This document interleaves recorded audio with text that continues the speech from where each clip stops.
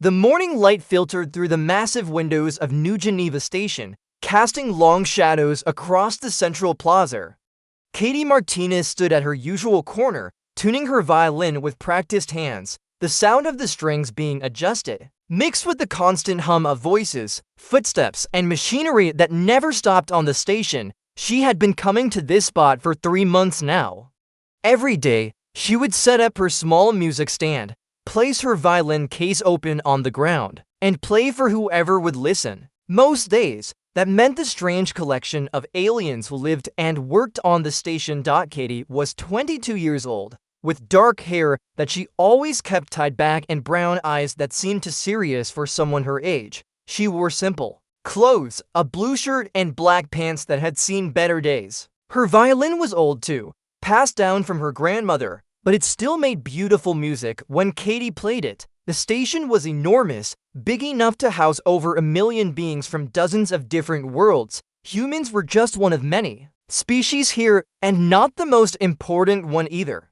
The Galactic Council had built New Geneva Station as a place where different species could meet, trade, and work together. It floated in space between 3 major star systems, making it the perfect meeting point for travelers and merchants. Katie lived in the human section with her father, Ben Martinez.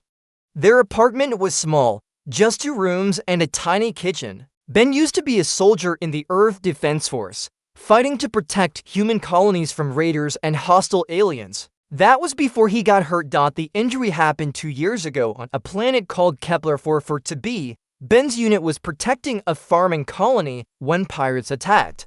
During the fight, Ben breathed in poisonous gas from a damaged reactor. The gas burned his throat and damaged his vocal cords. He lived, but his voice was almost gone. Now he could only speak in rough whispers, and singing was impossible. Katie started playing on the street because they needed money. The medical treatments for Ben's throat were expensive, and his military pension wasn't enough to cover everything. She had learned to play violin as a child, and it was the only skill she had that might earn them some credits. At first, the aliens who passed by just stared at her. They had never heard human music before. Some species made sounds that could barely be called music, just rhythmic noises or electronic beeps. Others had complex musical traditions, but they were nothing like the melodies that came from Katie's violin. The first alien to stop to really listen was a Zelkonian trader named Vex. Zelkonians were tall, gray-skinned beings who usually showed no emotion at all. They were known throughout the galaxy for being cold and logical, caring only about profit and efficiency. But when Katie played an old Earth song called Danny Boy, Vex stopped walking and stood perfectly still for the entire song. When Katie finished, Vex approached her slowly. The alien's large black eyes seemed confused, almost troubled. "What was that?" Vex asked in the common galactic language. "Music," Katie replied simply. "It's a song from my home world. It made me feel ... Vex paused, struggling to find words. "Strange, sad, but also ... hopeful." Katie smiled. "That's what music is supposed to do." Vex dropped several credits into Katie's violin case and walked away quickly, as if embarrassed by the emotional response. Word spread quickly through the alien community on the station. Soon, Katie had regular listeners. The Arctilian diplomats were next.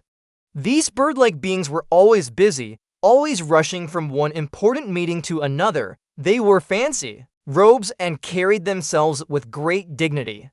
But when Katie played Amazing Grace, even they slowed down to listen. Some even missed their appointments, standing in the plaza with their heads tilted to one side, lost in the music. Dr. Keth, a Kitharan scientist, became one of Katie's most frequent visitors. Kitharans looked almost human, but their skin had a blue tint and their eyes were much larger. They were known as the best healers in the galaxy, able to cure diseases that no other species could treat. Dr. Keth would arrive at the same time every day, just as Katie started her afternoon set. "Your music affects the brain chemistry of multiple species," Dr. Keth told Katie one day. "It's quite remarkable. I've never seen anything like it. It's just music," Katie said, but she was pleased. Every credit she earned brought her closer to being able to afford treatment for her father, not everyone approved of Katie's performances. Some of the human residents thought she was embarrassing their species by begging in the streets. Commander Hayes, who ran the human section of the station, had spoken to her several times about it. "You're making us look desperate," Hayes said one morning. "Humans are supposed to be strong, independent. This makes us look weak." "I'm trying to help my father," Katie replied. "There's nothing weak about that," Hayes frowned. "Your father was a good soldier. He wouldn't want you doing this." Katie knew Hayes was wrong. Ben did feel bad about her street performances, but not for the reasons Hayes thought. Ben felt guilty that his daughter had to work so hard because of his injury. He thought he was a burden. Every evening, Katie would return to their apartment with the credits she had earned. She would count them carefully and add them to the small pile they kept in an old coffee can. Ben would watch from his chair, unable to speak much but his eyes full of sadness. "You don't have to do this," Ben would whisper in his damaged voice. "Yes, I do," Katie would reply. "You took care of me when I was little. Now it's my turn to take care of you." The treatments Katie was saving for were expensive because they required Kitharin medical technology. The Kitharins could regrow damaged tissue, but their services cost more than most humans could afford. Katie had calculated that she needed at least 50,000 credits for the procedure. At her current rate, earning between 50 and 100 credits per day, it would take her over a year to save enough money, but she didn't give up. Every morning, she would take her violin to the plaza and play for whoever would listen. The aliens who stopped to hear her music began to talk among themselves about the young human who could make them feel emotions they didn't know they had. Some started bringing friends to listen. Others began requesting specific songs, even though they didn't know the names of Earth melodies. Katie didn't realize it yet, but her simple street performances were beginning to change how the galaxy saw humanity. For the first time, other species were noticing that humans had something special, something that couldn't be bought or conquered or negotiated for. As she played her violin in the plaza each day, Katie was unknowingly setting the stage for something much bigger than just earning credits for her father's treatment. She was about to prove that sometimes the most powerful weapon a species can have is the ability to touch another being's heart with nothing more than a song. Word about Katie's music spread faster than she had expected. By her 4th month on the station, crowds would gather before she even started playing. Aliens who had never shown interest in art or culture would suddenly change their daily routes just to pass by her corner in the plaza. The Zelkonian traders were the most surprising converts. These beings had built their entire society around logic and profit, yet they would stand in groups of 10 or 12, listening to Katie play old Earth ballads. Vex, the first Zelkonian who had stopped to listen, now brought others from his trade guild. "The human sounds create chemical changes in our brain patterns," Vex explained to his colleagues in their flat, emotionless way of speaking. "It is efficient for stress reduction," but Katie could see it was more than that. When she played Scarborough Fair, she watched the Zelkonians' usually rigid postures relax. Their large black eyes would close, and for a few minutes, they looked almost peaceful. Katie had learned that Zelkonians worked 16 hours a day, never taking breaks, never allowing themselves to rest. Her music gave them something they didn't even know they needed. The Arctilian diplomats presented a different challenge. These proud bird-like beings were always rushing between meetings, their colorful feathers ruffled with importance. Ambassador Crix had been the first to stop and listen, missing an important trade negotiation in the process. "Your music disrupted my schedule," Crix told Katie one afternoon, his voice carrying the musical quality that all Arctilians had. "I was supposed to be negotiating grain shipments to the Outer Rim. I'm sorry," Katie said, worried she had caused problems. "Do not apologize," Crix replied, surprising her. "The negotiation was successful because I was calmer, more patient." The other party commented on my unusual approach. He paused, tilting his head in the way Arctilians did when thinking. "What was that song you played yesterday, the one that Made me think of flying. Katie smiled. On eagle's wings. It's an old Earth song about hope and protection. Crix nodded slowly. Yes, that one. Could you play it again? Soon, Katie had a regular audience of diplomats who would schedule their meetings around her performance times. The Galactic Council representatives began to notice that negotiations were going more smoothly when the participants had listened to Katie's music beforehand. Dr. Keth, the Kitharan healer, became Katie's most dedicated observer. Every day, she would arrive with small instruments that measured brain activity, emotional responses, and stress hormones.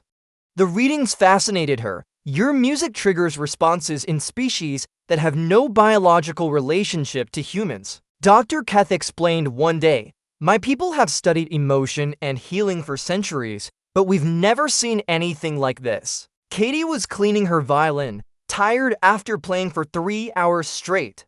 What do you mean? Music exists in most cultures, but it's usually specific to each species. Arcturian songs mean nothing to Zelkonians. Kitharan healing chants don't affect humans, but your Earth music ... it reaches something deeper. Something that all intelligent life shares. Dr. Keth showed Katie her readings on a small device. Look at these patterns. When you play, the brain activity of every species becomes more synchronized. Stress decreases, creativity increases, even aggression levels drop significantly. Katie stared at the numbers, not fully understanding them, but sensing their importance. Does this mean something for my father's treatment? Dr. Keth's large eyes grew sad. Your father's injury is complex. The damage to his vocal cords was severe. Even with our best technology, we cannot guarantee full recovery. Katie's heart sank. She had been saving for months, but she was still far from having enough credits. How much would it cost? 50,000 credits for the basic procedure. But there's an experimental treatment that might work better. It would cost 100,000 credits. Katie felt dizzy. At her current rate, it would take years to save that much money. But she refused to give up hope. That evening, Katie returned to their small apartment to find Ben sitting by the window, staring out at the stars. He did this often now, lost in memories of when he could still sing. Katie remembered how her father used to fill their home with music, singing while he cooked dinner or worked on repairs. His voice had been deep and rich, perfect for the old songs his own father had taught him. How much today? Ben asked in his rough whisper. 85 credits. Katie replied, trying to sound cheerful. Dr. Keth says the alien brain scans are showing interesting results. Ben turned to look at her, his eyes full of pain. Katie, you need to stop this. What do you mean? This ...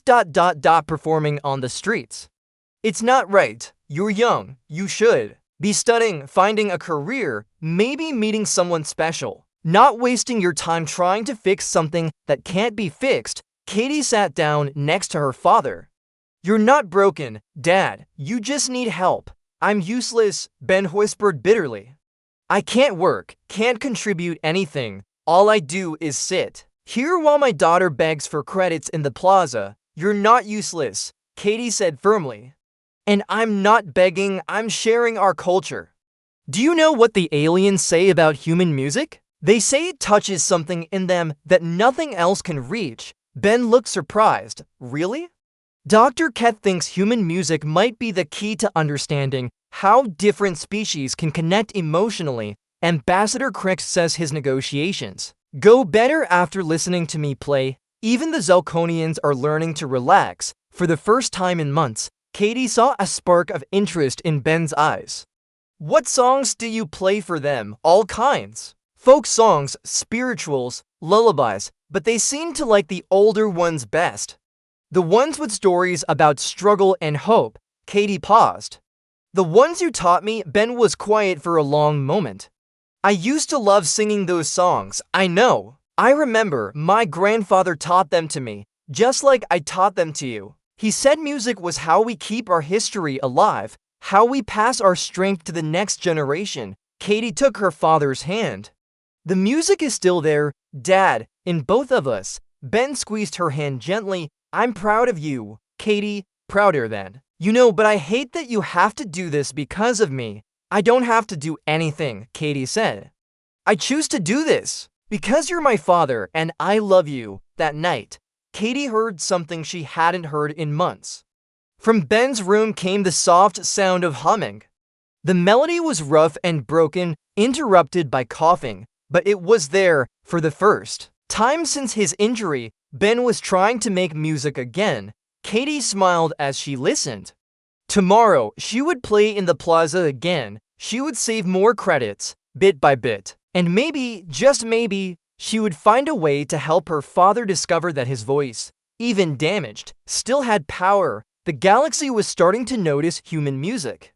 Soon, Katie thought, they might notice what made it so special, the love and sacrifice that went into every note. The message came on a Tuesday morning while Katie was preparing for her daily performance. A formal communication from the Galactic Council appeared on their apartment's main screen, bearing the official seal that meant important business, citizens. Martinez, the message began in the cold, official tone used for all council communications. Your recent cultural activities have come to our attention.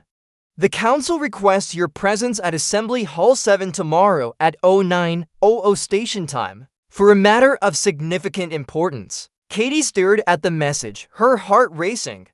Ben wheeled his chair over from the kitchen, where he had been trying to drink his morning tea without coughing. What do they want? Ben asked, his damaged voice barely audible. I don't know, Katie replied, but she had a bad feeling. The Galactic Council didn't usually pay attention to street performers unless they were causing problems. The next morning, Katie dressed in her best clothes, a simple black dress that had belonged to her mother. Ben insisted on coming with her, even though the trip across the station tired him easily. They took the transport tube to the government sector, where the massive council buildings rose like monuments to galactic civilization. Assembly Hall 7 was smaller than the main chambers, but still impressive. High ceilings stretched up into darkness, and the walls were covered with symbols from dozens of different worlds. Seated at a curved table were 5 beings representing the major species of the council. Chairman Vorth, a tall Zentarian with gray skin and no visible emotions, spoke first. Katie Martinez, you have been performing what you call music in the public spaces of this station for several months. Yes, sir, Katie replied, trying to keep her voice steady. This activity has caused disruptions, continued Counselor Zach, an Arctilian whose bright blue feathers were perfectly groomed. Productivity in the commercial sector has decreased. Citizens are arriving late to appointments. Some are even missing work to listen to your performances. Katie felt her face grow hot. I never meant to cause problems. I was just trying to earn credits for my father's medical treatment. The third council member, a Kithara named Healer Prime Yada, leaned forward. The medical aspects of your performances are what concern us most. We have received reports that your music causes unusual neurological responses in multiple species. This could be considered a form of biological manipulation. Ben started to stand from his wheelchair, his face angry, but Katie put a hand on his shoulder to calm him. It's just music, Katie said. I'm not trying to manipulate anyone. People listen because they want to. Chairman Vorth's large black eyes studied Katie carefully. The council has been debating what to do about this situation. Some members believe your activities should be banned as a potential security risk. Katie's heart sank. Without her performances, she would never be able to afford Ben's treatment. But then Counselor Nex, a being Katie had never seen before, spoke up.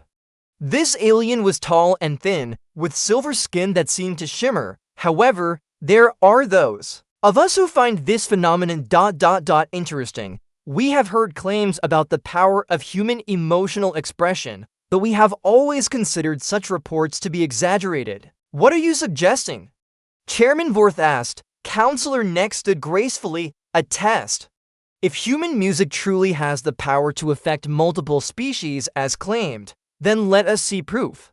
A formal challenge. Katie didn't like the sound of this. What kind of challenge? You will perform for a panel of judges representing the 5 most emotionally controlled species in the galaxy. Counselor next explained.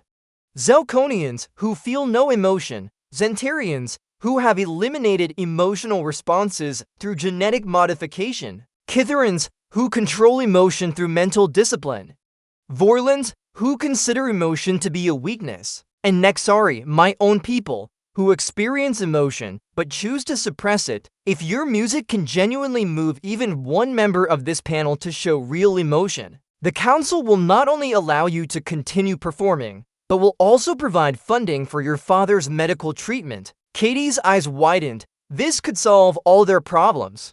But there was something in Counselor Nex's voice that suggested a catch. What happens if I fail? Katie asked. All human cultural activities will be banned from council stations, Chairman. Vorth replied coldly. Your species will be restricted to essential business only. No arts, no music, no cultural expression of any kind in galactic space. Katie felt the weight of the decision crushing down on her. It wasn't just about her and Ben anymore. She would be representing all of humanity. There is one more condition. Counselor Nex added, you cannot perform alone. The challenge requires a duet, two performers working together. This is to test whether human emotional expression can be sustained when multiple individuals collaborate. Katie's mind raced. She knew many songs that could be performed as duets, but she didn't know any other musicians on the station. The few other humans with musical ability were either too nervous to perform publicly or didn't have the skill level needed for such an important challenge. I need time to find a partner, Katie said. You have 1 week, Chairman Vorth declared. The challenge will take place in the Grand Assembly Hall before representatives from all member species.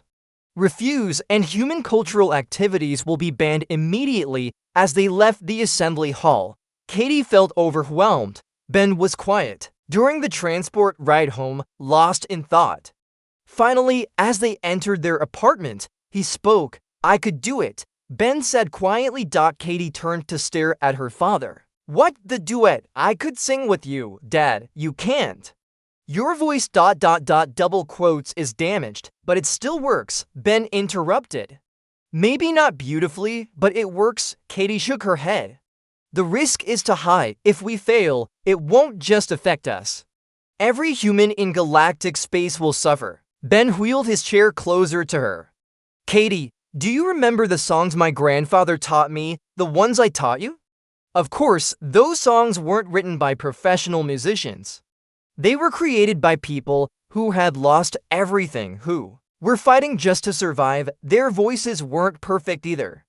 They were broken by hardship, damaged by struggle, but they sang anyway because the songs carried something more important than perfect technique. Katie listened, seeing a strength in her father's eyes that had been missing for months. What are you saying?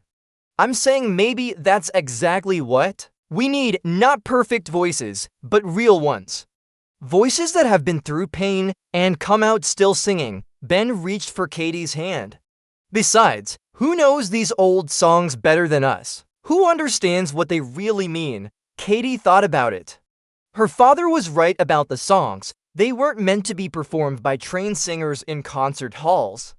They were meant to be sung by ordinary people facing extraordinary challenges. Are you sure? Katie asked. Your voice might not last through a whole song. Ben smiled for the first time in weeks. Then we'll pick a song that doesn't need a voice to last. We'll pick one that just needs a voice to mean something. That night, Katie and Ben sat together planning their approach to the challenge. They had 6 days to prepare for the most important performance of their lives, the future of human culture. In galactic space depended on their ability to prove that sometimes broken voices carried the most powerful songs of all. The first practice session was a disaster. Ben tried to sing the opening lines of Danny Boy, but his damaged voice cracked after just a few words. He started coughing violently, unable to continue. Katie watched her father struggle, wondering if they were making a terrible mistake. Maybe we should find someone else, Katie said gently as Ben caught his breath. No, Ben whispered firmly, I can do this. I just need to find the right approach. They spent the next 2 days trying different songs, but each attempt ended the Same way, Ben's voice would start strong, then break down completely. He grew frustrated and angry, throwing his water glass across the room after one particularly bad attempt. "This is hopeless," Ben said, his voice barely audible. "I'm going to ruin everything." Katie sat down next to her father's wheelchair. "Dad, remember what you told me about the old songs? They weren't meant to be perfect, but they still need to be heard," Ben replied bitterly. "What good is a song if the singer can't get through it?" That evening, Katie walked through the station's human quarter thinking about their problem. She passed by the memorial wall where names of fallen Earth Defense Force soldiers were displayed. Ben's unit was listed there, not because they had died, but because they had sacrificed so much in service. As she read the names, Katie remembered something her father had told her years ago. After a particularly difficult mission, Ben had explained that sometimes the most important thing a soldier could do was keep going, even when everything seemed hopeless. "The mission isn't about being perfect," he had said. "It's about not giving up." Katie rushed back to their apartment, excited by a new idea. "Dad, what if we're thinking about this wrong?" she said as she burst through the door. Ben looked up from his chair where he had been staring at his hands. "What do you mean? What if your voice breaking isn't a problem? What if it's part of the story?" Ben frowned. "I don't understand." Katie pulled out her violin and sat across from her father. "The songs Grandpa taught you, they weren't just about the words or the melody. They were about survival, about people who kept going even when everything was falling apart." She began playing a soft melody. "What if we choose a song where a broken voice actually makes the message stronger?"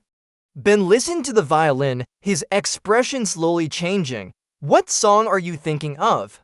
"AM Yisrael Chai," Katie said. "The people live." It's about surviving against impossible odds, about maintaining hope when everything seems lost. Ben's eyes widened.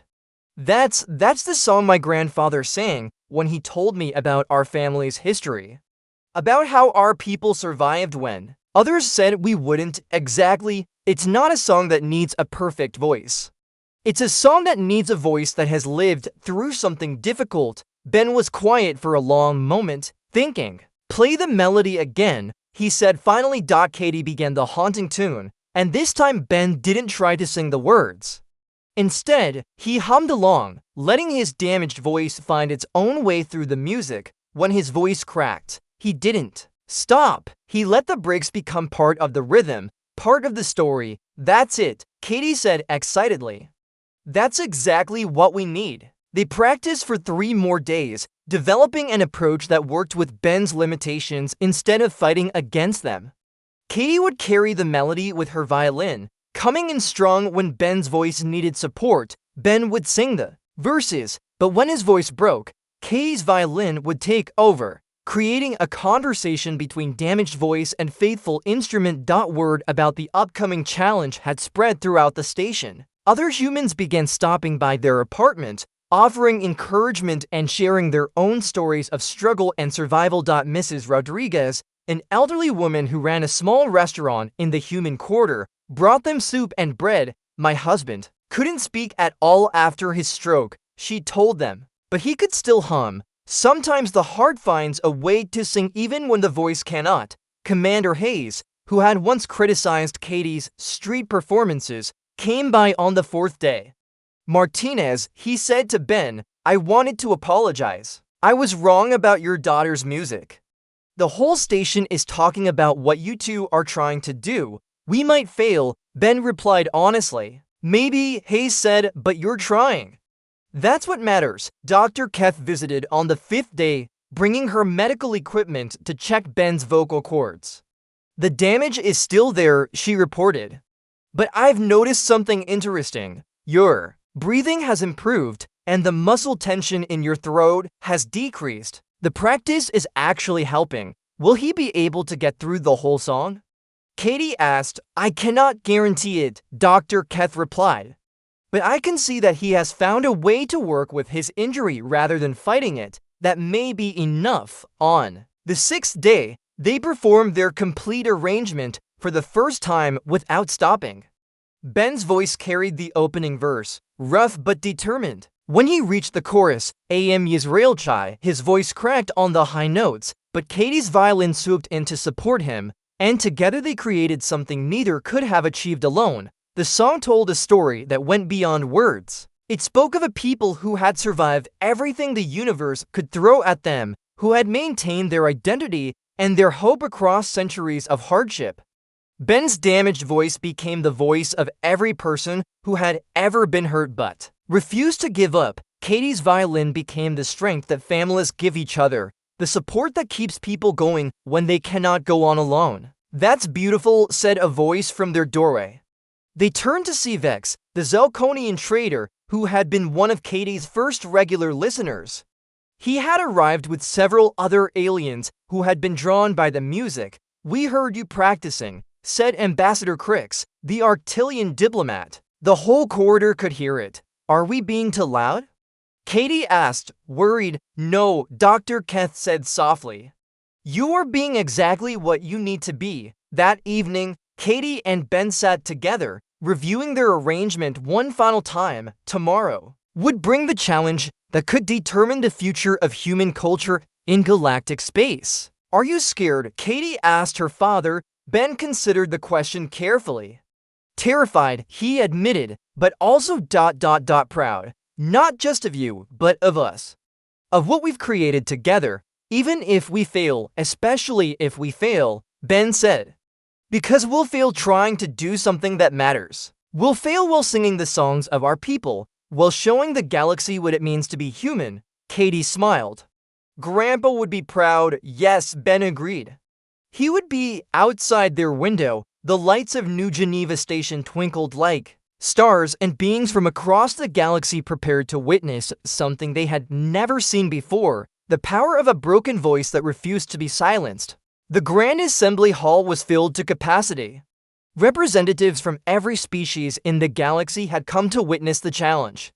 The massive chamber could hold 10,000 beings, and every seat was taken. Katie had never seen so many different alien species in one place. At the front of the hall sat the 5 judges. Their table was raised on a platform, making them look even more intimidating. Each judge represented a species known for their complete emotional control. Judge Valentor was a Zelkonian, tall and gray with black eyes that showed nothing. Zelkonians had removed emotion from their society centuries ago, believing it made them weak. Next to him sat Judge Kantra, a Zentarian whose genetic modifications had eliminated all emotional responses. Her silver skin gleamed under the bright lights. The third judge was Healer Prime Yada, the Kitharan who had spoken at the council meeting. Kitharans could feel emotion, but had trained themselves to control completely through mental discipline. Judge Morlex of Vorlin sat forth. His rock-like appearance matched his species' belief that emotion was a dangerous weakness to be avoided. The final judge was Counselor Nex, the Nexori who had proposed the challenge. The silver-skinned being sat perfectly still, showing no hint of what he was thinking. Katie pushed Ben's wheelchair to the small stage at the center of the hall. The stage felt tiny, surrounded by thousands of watching eyes. Katie's hands shook as she set up her music stand and tuned her violin. Remember, Ben whispered to her, we're not performing for them. We're singing for Grandpa, for our family, for everyone who came before us. Chairman Vorth's voice echoed through the hall. The challenge will now begin. Katie and Ben Martinez will perform one song. If they can cause any member of our panel to show genuine emotional response, human culture will be permitted in galactic space. If they fail, all human cultural activities will be banned. The hall fell silent. Katie could hear her own heartbeat. She looked out at the crowd and saw Dr. Keth in the front row, giving her an encouraging nod. Ambassador Crix was there too, his colorful feathers perfectly still. Even Vex had come, standing with a group of other Zelkonian traders. Katie raised her violin and took a deep breath. This song is called Am Yisrael Chai, she announced, her voice carrying clearly through the hall's sound system. It means the people live. It's about survival, about hope, about refusing to give up no matter what happens. She began to play. The melody was simple but haunting, rising and falling like a prayer. The violin's voice filled the enormous space, reaching every corner of the hall. Katie could feel the attention of thousands of beings focused on her music. Then Ben began to sing. His voice was rough and broken, nothing like the smooth singers who usually performed in such grand halls, but there was something in that damaged voice that perfect technique could never capture. When Ben sang the words Am Yisrael Chai, his voice cracked on the high notes, but he didn't stop. He pushed through, making the cracks part of the song's meaning. Katie watched the judges as her father sang the first verse. Their faces showed nothing. Judge Valentor sat like a statue. Judge Cantor's modified features remained frozen. Even Healer Prime Yada, who had shown interest in Katie's music before, looked completely unmoved, but Katie didn't give up. As Ben's voice began to tire, she brought her violin in stronger, supporting him, lifting the melody when he couldn't reach it himself. Father and daughter created something together that neither could have made alone. The song told the story of a people who had survived everything.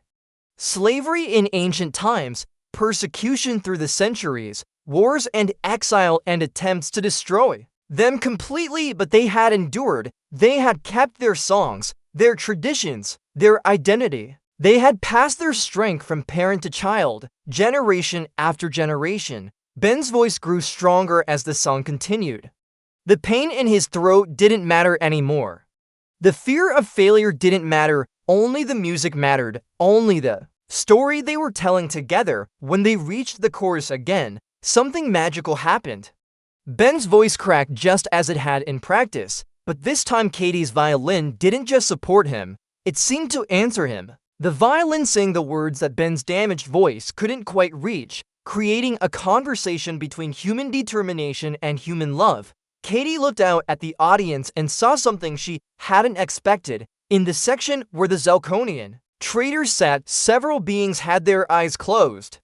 Their rigid postures had relaxed slightly. One trader, standing next to Vex, had his hand pressed to his chest as if feeling something he didn't understand. The Arctilian diplomats were perfectly still, but their head feathers had changed color, a sign Katie had learned meant deep concentration or emotional processing. Even some of the Kithran observers seemed affected, their usual perfect composure showing tiny cracks, but it was the judges who mattered, and they still showed nothing. Ben began the final verse, his voice now barely more than a whisper, but that whisper carried more power than any shout. It was the voice of every person who had ever been broken but refused to be defeated.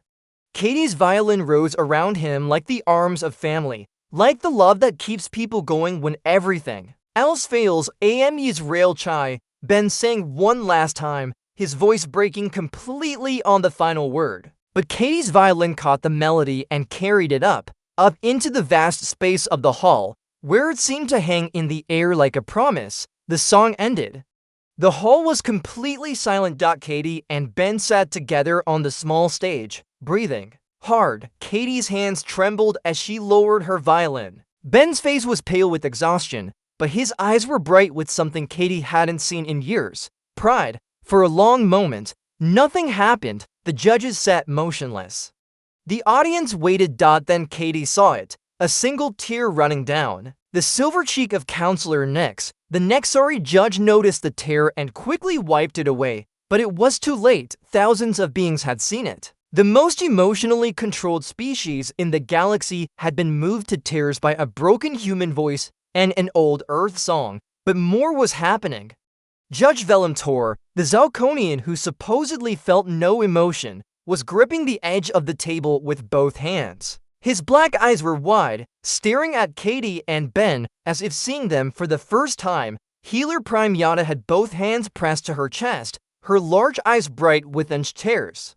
Judge Cantor's genetically modified features showed confusion, as if her body was trying to feel something her modifications wouldn't allow. Even Judge Morlex, the rock-like Vorlin, had changed. His usually gray skin had taken on a slightly warmer color, and his massive hands were no longer clenched into fists. But it was Counselor Nex who spoke first, his voice shaking slightly.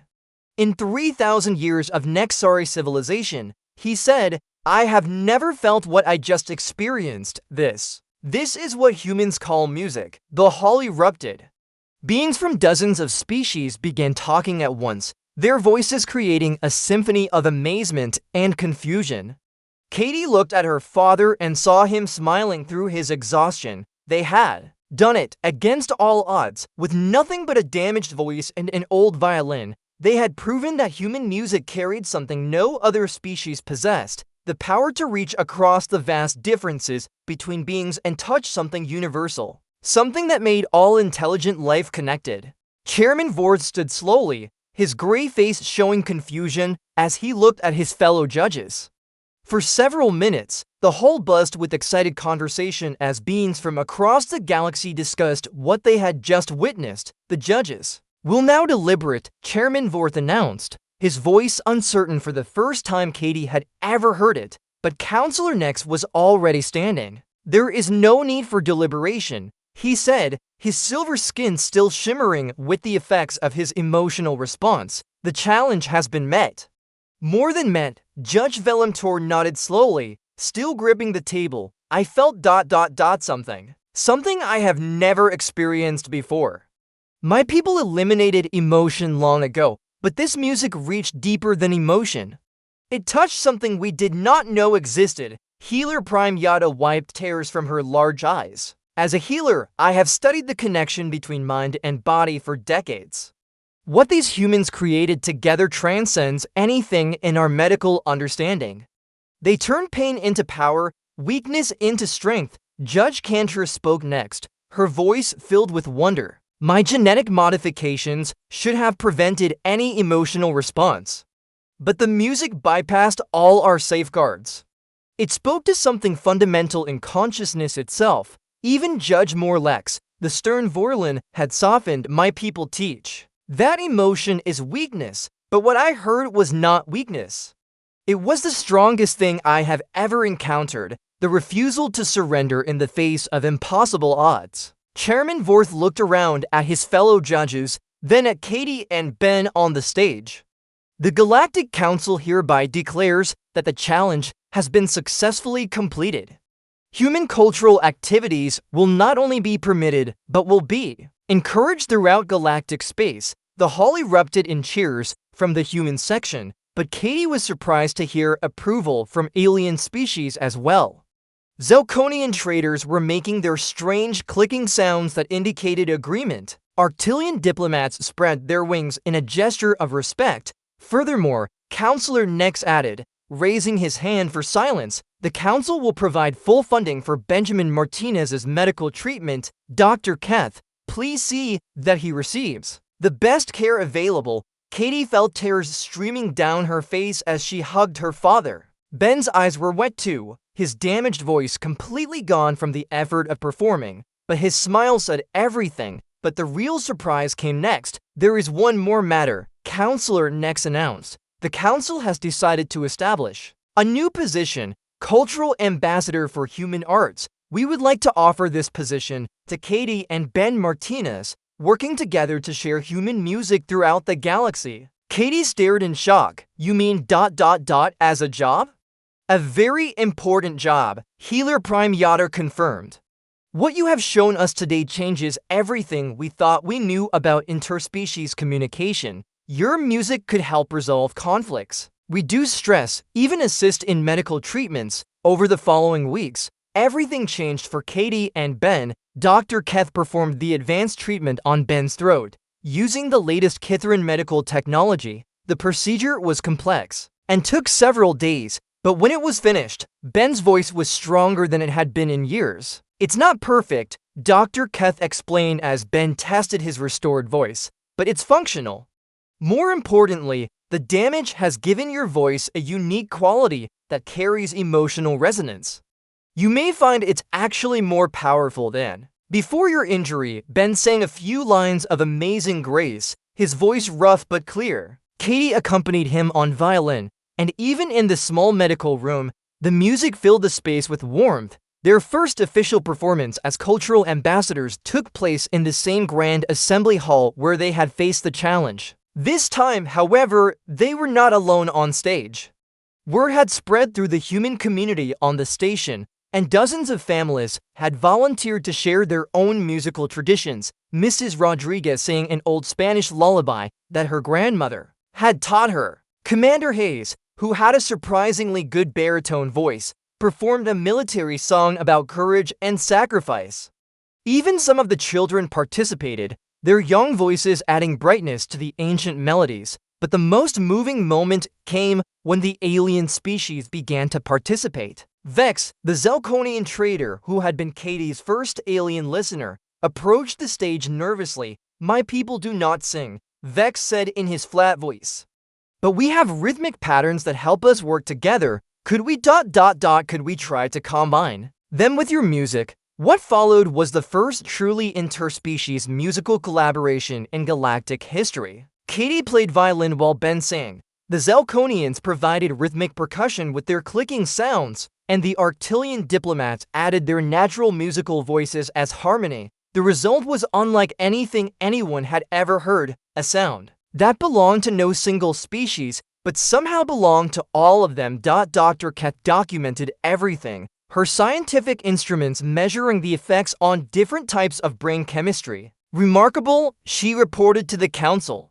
"When species perform music together, their neural patterns begin to synchronize. Stress decreases, creativity increases, and even aggressive tendencies are suppressed." Soon, requests came from across the galaxy. Space stations wanted human musicians for diplomatic events. Trade negotiations became smoother when preceded by musical performances. Medical facilities began using human songs to help patients heal faster. Katie and Ben traveled from station to station, teaching other humans how to share their musical heritage while learning from alien cultures. In return, they discovered that every species had some form of artistic expression, but humans seemed to have a unique gift for connecting with others through emotional resonance. 6 months after the challenge, Katie stood once again in the plaza of New Geneva Station. But now, instead of performing alone for credits, she was leading a daily concert that included beings from dozens of species. Children of different races played together, creating new songs that mixed human melodies with alien rhythms. Ben sat nearby, his voice fully healed, but retaining the character that made it special. He was teaching a group of young Zelkonians how to understand the emotional content of Earth folk songs. "Do you remember when you thought I was embarrassing humanity by playing in the streets?" Katie asked Commander Hayes, who had become one of their biggest supporters. Hayes laughed. "I was wrong about everything. You weren't just playing music, you were building bridges between species. You were showing the galaxy that humans have something unique to offer." That evening, Katie and Ben sat in their larger apartment. Their new job came with much better quarters and talked about their journey. "Do you think Grandpa would be proud?" Katie asked. Ben smiled, his voice clear and strong. "I think he'd be amazed. He taught me those old songs, so our family would remember where we came from. I don't think he ever imagined they would help the galaxy remember that we're all connected." Katie picked up her violin and began playing Am Yisrael Chai softly. Ben joined in, his voice blending perfectly with the melody. Outside their window, the lights of New Geneva Station twinkled like stars, and somewhere in the vast galaxy, other voices were learning to sing the songs of hope, survival, and love that had carried humanity through its darkest times and now lit the way toward a brighter future for all species. The music had done more than heal Ben's voice or earn them money. It had proven that sometimes the most powerful force in the universe is not technology or weapons or politics, but the simple act of one heart reaching out to touch another through the eternal language of song.